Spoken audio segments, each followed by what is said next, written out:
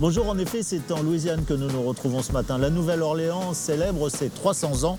L'occasion pour nous de vérifier l'accessibilité de la plus francophone des villes américaines. Vous me suivez ?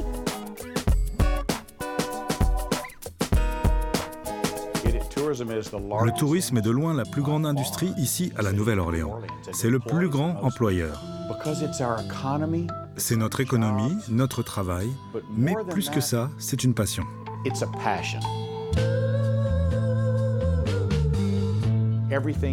Ici, tout, depuis la location de voitures ou les taxis, sont accessibles et adaptés aux personnes handicapées. Cela permet de se rendre en sortant de la ville dans ces magnifiques plantations, âgées de près de 200 ans.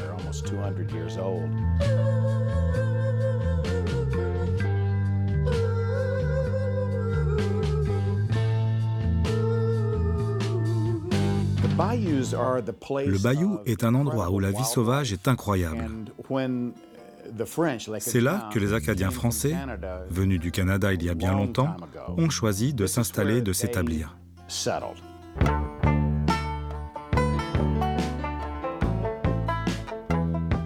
Cette ville est partagée entre plusieurs quartiers avec des atmosphères différentes.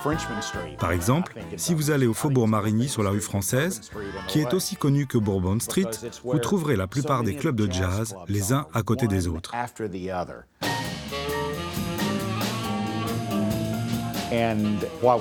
Nous adorons les touristes français. Ils aiment tout ce qu'on fait. Le cœur de cette ville bat au rythme de la musique et de la gastronomie. Tout y est très sensuel.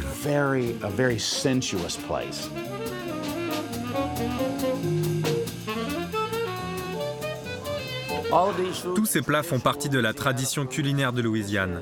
Voici une saucisse d'alligator. Ça, c'est du gumbo, bien sûr pour accompagner le tout du fameux pain français. Et on vous remercie pour ça. You're welcome.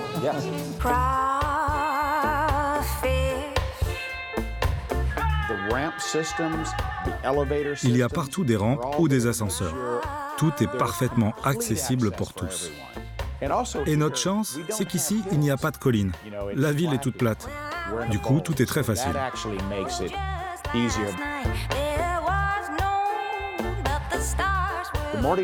Le musée de Mardi Gras présente les costumes, les traditions, la culture du carnaval.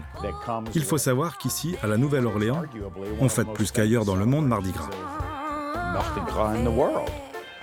Difficile pour moi, qui suis de Nice, de ne pas avoir une petite pensée émue pour les carnavaliers niçois en étant au musée de Mardi Gras. Le musée de la Seconde Guerre mondiale est très intéressant. C'est ici, à la Nouvelle-Orléans, que tous les bateaux qui ont servi pour le débarquement ont été construits.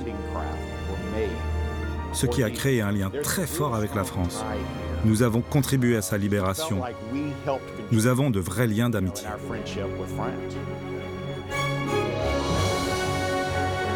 La culture à la Nouvelle-Orléans